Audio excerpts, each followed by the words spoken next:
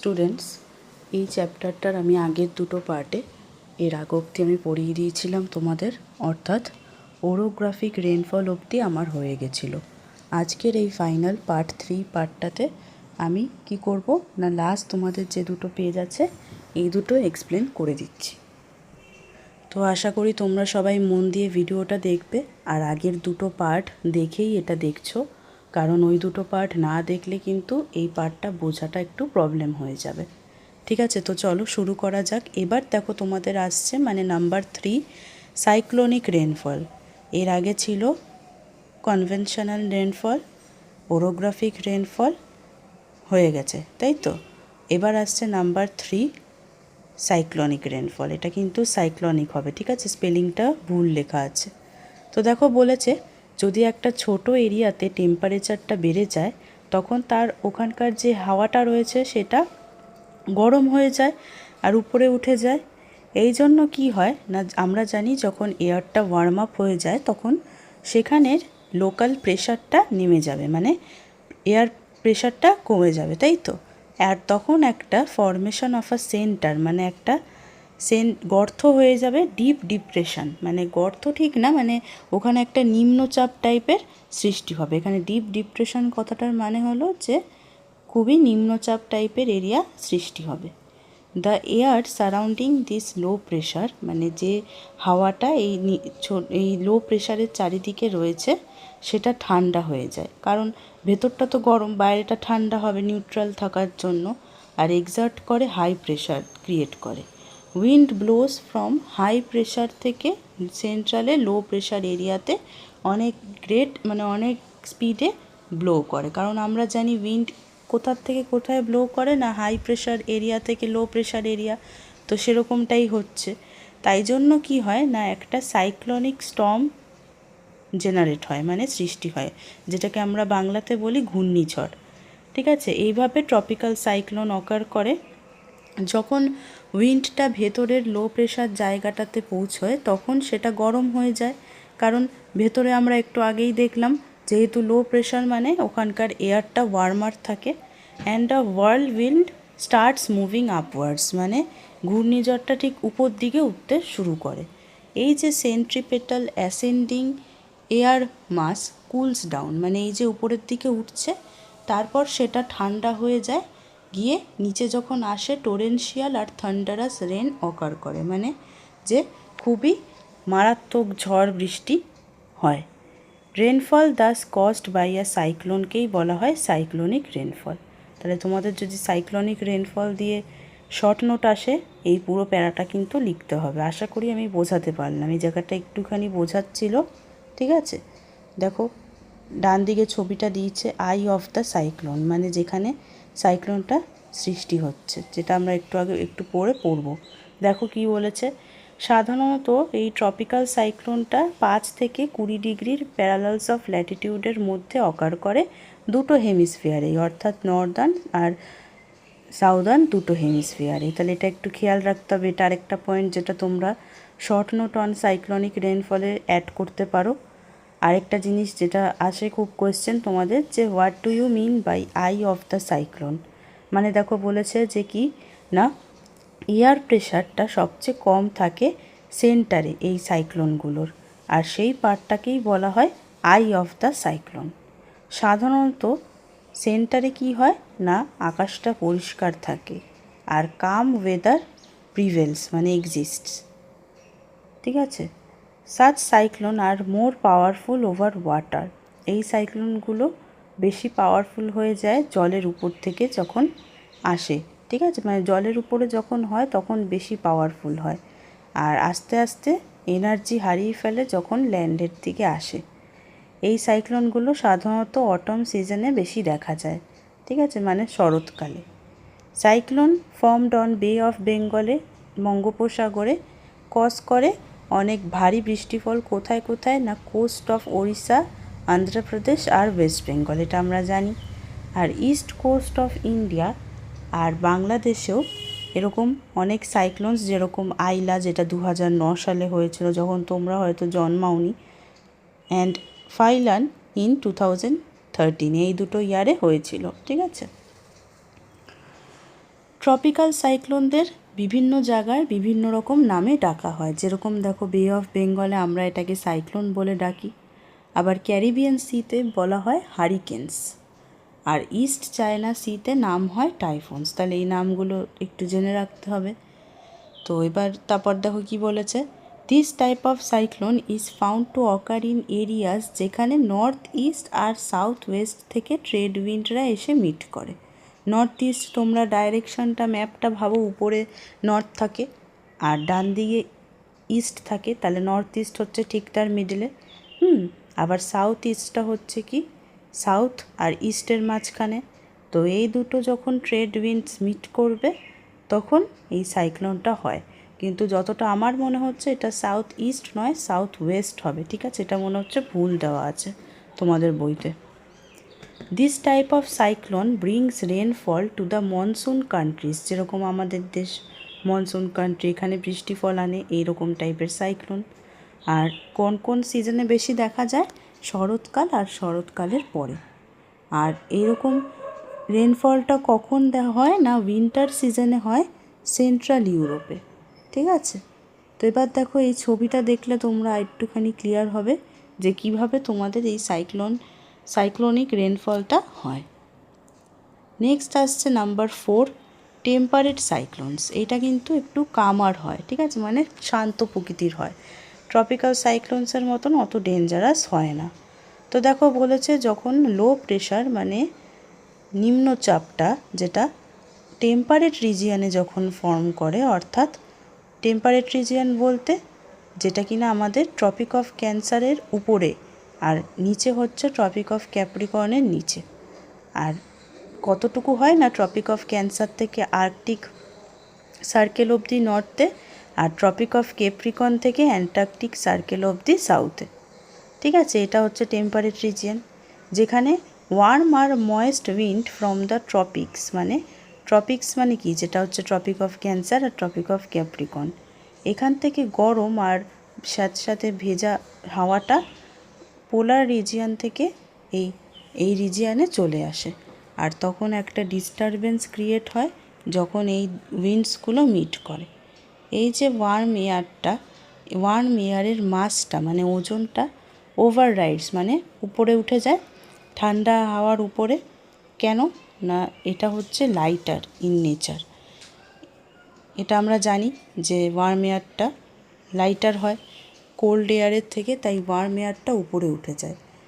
ঠিক আছে, the moisture in the warm air কনডেন্সেস।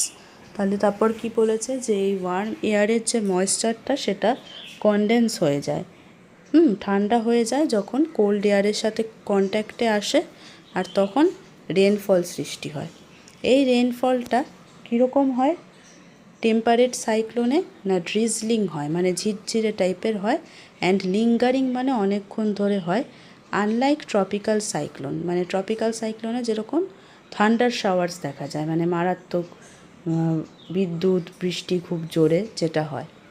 ঠিক আছে, এরকম টাইপের রেনফলটা কোথায় অকার করে? মিড ল্যাটিটিউডে অকার করে উইন্টার সিজনে। ঠিক আছে, যেমন দেখো এখানে ছবিটা দিয়েছে, ওয়ার্ম উইন্ডটা উপরে উঠছে, কোল্ড উইন্ডটা নিচে নামছে, আর মাঝখানে একটা লাইন ওয়ার্ম উইন্ড আর কোল্ড উইন্ডের মাঝখানে ডিমার্কেটিং লাইন। ঠিক আছে, এবার আসছে তোমাদের দেখো আরও কিছু টাইপসের প্রেসিপিটেশন, যেটা আমাদের একটু দেখে নিতে হবে। যখন খুবই ছোট ছোট ড্রপলেটস অফ ওয়াটার, অর্থাৎ যখন less than 0.5 millimetre in diameter যে ড্রপলেটস অফ ওয়াটারগুলো আমাদের আর্থের সারফেসে নেমে আসে, তখন সেগুলোকে বলা হয় ঝিরঝিরে বৃষ্টি অর্থাৎ ড্রিজল। এই টাইপের প্রেসিপিটেশনটা কীরকম টাইপসের ক্লাউডসে দেখা যায়? না স্ট্র্যাটাস ক্লাউডস থেকে দেখা যায়। আর কোন সিজনে? উইন্টার সিজনে। এরকম টাইপের যে প্রেসিপিটেশনটা অর্থাৎ ড্রিজলটা কেন হয় না, this is caused by saturation of air near the earth surface, মানে আমাদের আর্থের সারফেসে যখন এয়ারটা স্যাচুরেট হয়ে যায়, মানে যখন আমরা এটা পড়েছি আগের পার্টগুলোতে যে এয়ার স্যাচুরেশন মানে হচ্ছে যখন এয়ার আর ওয়াটার পেপার ধরে রাখতে পারবে না, তখন হচ্ছে এয়ারটাকে বলা হয় যে স্যাচুরেশন হয়ে গেছে। When the weather is windy during a drizzle, মানে যখন ওয়েদারটা কীরকম হবে না উইন্ডি হবে। উইন্ডি মানে কী, যে যখন হাওয়া দেবে, যখন এই ড্রিজেলের সময় যখন হাওয়া দেবে তখন ওয়াটার ড্রপলেটসটাকে মনে হবে যেন হাওয়াতে ফ্লোট করছে। এটা তোমরা না দেখলে বুঝতে পারবে না। কখনো খুব ঝিরিঝিরি বৃষ্টি হলে আকাশের দিকটাতে দেখো, তাহলে বুঝতে পারবে। তারপর দেখো বলেছে a combined form of water droplets and ice পার্টিকেলসকে বলা হয় স্লিট, মানে যেটা তোমরা বাংলাতে শিলাবৃষ্টি হিসেবে জানো। এরকম টাইপের প্রেসিপিটেশনটা সাধারণত দেখা যায় যখন lower layers of the atmosphere, মানে অ্যাটমসফিয়ারের নিচের লেয়ারগুলো যখন ঠান্ডা হয়ে যায় কতটা ডিগ্রি অবধি, না ফ্রিজিং পয়েন্ট অবধি, অর্থাৎ 0 ডিগ্রি অবধি। ঠিক আছে। তারপর দেখো বলেছে অ্যান অ্যাসেন্ডিং এয়ার কারেন্ট, মানে যেটা উঠছে উপরে, সেটার মধ্যে ওয়াটার পার্টিকেলস থাকে অনেক গ্রেট হাইট অবধি, অনেক উঁচু হাইট অবধি। সেখানে তারা ঠান্ডা হয়ে যায় আর কি ফর্ম করে না ছোট ছোট পার্টিকেল অফ আইস। যখন when more water droplets gather around এই আইস পার্টিকেলসের চারদিকে যখন আরও ওয়াটার ড্রপলেটসগুলো জড়ো হয় তখন তাদের ভলিউমটা বেড়ে যাবে। কারণ আমরা জানি, এটা আমরা পড়েছি যে ভলিউমটা বেড়ে যায় যখন ঠান্ডা হয় কোনো জিনিস, যেরকম হচ্ছে আইসে হয়, মানে ওয়াটার থেকে আইস হলে দেখবে ভলিউমটা এক্সপ্যান্ড করে। And reach the earth surface with rainfall. তো তখন এটাকে বলা হয় হেলস্টর্ম। হেলস্টর্মসটা অনেক ড্যামেজ করে কিসে, না ক্রপসে, ফসলে, আর উইকলি কনস্ট্রাক্টেড স্ট্রাকচারস, মানে যে সমস্ত বিল্ডিংগুলো খুব খারাপভাবে তৈরি করা হয়েছে সেগুলোতেও খুব ড্যামেজ করে। They are sometime seen in West Bengal. কোন সিজনে, না আমাদের এই গরমকালে বা বসন্তকালে। ঠিক আছে। তারপর দেখো নেক্সট বলেছে স্নোফল কি, না যখন ময়েশ্চার লেডেন উইন্ড, মানে যে হাওয়ার মধ্যে ময়েশ্চার আছে সেটা যখন ঠান্ডা হয়ে যায় কত টেম্পারেচারে, না বিলো ফ্রিজিং পয়েন্ট, মানে ফ্রিজিং পয়েন্টেরও নিচের টেম্পারেচারে যখন ঠান্ডা হয়ে যায় ওয়াটার ভেপারটার পুরো ডাইরেক্টলি কনভার্ট হয়ে যায় আইসে। এটা সাধারণত কোন রিজিয়নে দেখা যায়, না যেখানে অলরেডি কোল্ড ক্লাইমেট রয়েছে বা হাই মাউন্টেনিয়াস রিজিয়নসে, মানে যেখানে অনেক উঁচু উঁচু পাহাড় পর্বত আছে। ঠিক আছে। Sorry. The small ice particles get together to form what we call flakes of snow. এই যে ছোট ছোট আইস পার্টিকেলগুলো একসাথে জড়ো হয়ে কি ফর্ম করে, না স্নোফ্লেক্স বা ফ্লেক্স অফ স্নো। আর সেগুলোই যখন আমাদের সারফেস অফ আর্থে চলে আসে আমরা সেটাকে বলি স্নোফল। ঠিক আছে। তো তোমাদের এই প্রেসিপিটেশনগুলো একটু পড়ে নিতে হবে, কারণ তোমাদের যদি ডেফিনেশন আসে তখন তো তোমাদের লিখতে হবে, সেই ক্ষেত্রেই বললাম। নেক্সট দেখো এবার বলেছে আরও দুটো একটু পড়ে নিতে হবে, একটা হচ্ছে ডিউ আর একটা হচ্ছে ফগ। ডিউ দেখো কি বলেছে, না যখন আমাদের গ্রাউন্ডটা হিট রিলিজ করে, মানে ছেড়ে দেয় কুইকলি, কখন, না ঠান্ডার রাতে, শীতকালের রাতে, তখন the layer of air adjacent, মানে যেটা লেগে রয়েছে আর্থের সারফেসের, সেখানে যে এয়ারটা রয়েছে সেটা ঠান্ডা হয়ে যাবে। তাই ছোট ছোট small droplets are seen near the ground. ছোট ছোট ড্রপলেটস দেখা যায় কোথায়, গ্রাউন্ডের কাছাকাছি, যখন ওয়াটার ভেপারটা ঠান্ডা হয়ে যায় ওই লেয়ার অফ এয়ারে। এটাকেই বলা হয় ডিউ। ডিউটা জমা হয় কোথায়, অন ব্লেডস অফ গ্রাস, মানে দেখবে ঘাসের উপরে দেখা যায়, আর পাতায় দেখা যায়, এমনকি বাড়ির ছাদেও দেখা যায়। আর বেশি ডিউ কখন হয়, না যখন মেঘ থাকে না আকাশে। ঠিক আছে, সেই সমস্ত রাতে।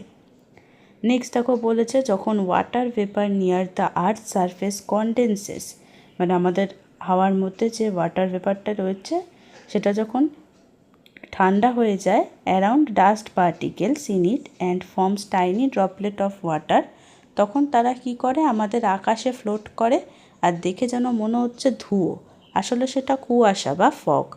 এটা কি করে, না আমাদের ভিজিবিলিটি, মানে মানে কি হয় না, কুয়াশা যখন হয়, ফগ হয়, তখন কি হয় না আমরা দেখতে পাই না কি রয়েছে দূরে। এটাই বলেছে যে reduce visibility to a few metres, মানে কিছু মিটার অবধি আমরা কিছু দেখতে পারি না কুয়াশা হলে। এই জন্য তখন ট্রেনও অনেক থামিয়ে দেয়, তাই তো। নেক্সট দেখো এবার দুটো লাইন যেটা মনে রাখতে হবে, এখান থেকেও তোমাদের কোয়েশ্চেন আসে, যেটা হলো rainfall is measured by dash, বা name the instrument by which rainfall is measured. কী হবে না রেন গজ। তারপর দেখো কি বলেছে না what do you mean by isohyet lines. না রেনফল চেঞ্জ হয় বিভিন্ন পার্ট অফ দ্য ওয়ার্ল্ডে। ভ্যারিজ মানে চেঞ্জেস, বিভিন্ন আমাদের ওয়ার্ল্ডের পার্টে বিভিন্ন অ্যামাউন্টের বৃষ্টিফল হয়, তাই তো বৃষ্টি হয়, ঠিক আছে, রেনফল হয়। Places of the world having same average annual rainfall. তখন কি হয় না যে সমস্ত ওয়ার্ল্ডে আমাদের জায়গা রয়েছে যেখানে same amount of annual rainfall হয়, মানে পুরো বছরে যতটুকু আমাদের বৃষ্টি হয় সেটাকে আমরা যখন একটা ম্যাপে লাইন দিয়ে জয়েন করি সেই লাইনগুলোকেই বলা হয় আইসো হেড লাইন্স, ঠিক আছে, বা আইসো হাইট লাইন্স। তাই তোমাদের এই চ্যাপ্টারটা শেষ হয়ে গেল। আশা করি তোমরা বুঝতে পারলে চ্যাপ্টারটা। এবার ভালো করে মন দিয়ে পড়ো, আর কোনো ডাউট থাকলে আমাকে কমেন্টে জিজ্ঞাসা করতে পারো। যদি ভিডিওটা বুঝে থাকো বা ভালো লেগে থাকে তাহলে একটা অন্তত লাইক করো বা আমাকে জানাতে পারো যে বুঝতে পারছো কি না। বন্ধুদের সাথে শেয়ার করো। আর হচ্ছে কি আমার একটা লাস্ট রিকোয়েস্ট, যারা আমার চ্যানেলে নতুন আর এখনও অবধি সাবস্ক্রাইব করোনি তারা প্লিজ আমার চ্যানেলটাকে একটু সাবস্ক্রাইব করে দিও, কারণ আজকে তোমরা যদি আমাকে সাপোর্ট না দেখাও তাহলে কিন্তু আমি এই ভিডিওগুলো বানানোর আগ্রহটা পাবো না। আশা করি তোমরা সেটা বুঝবে আর আমার পাশে থাকবে। তো আজকের মতন এতটুকুই রাখলাম। সবাই মন দিয়ে পড়ো, ভালো থেকো। আবার নতুন ক্লাসে অন্য কোনো টপিক নিয়ে আলোচনা করতে আমি আসবো।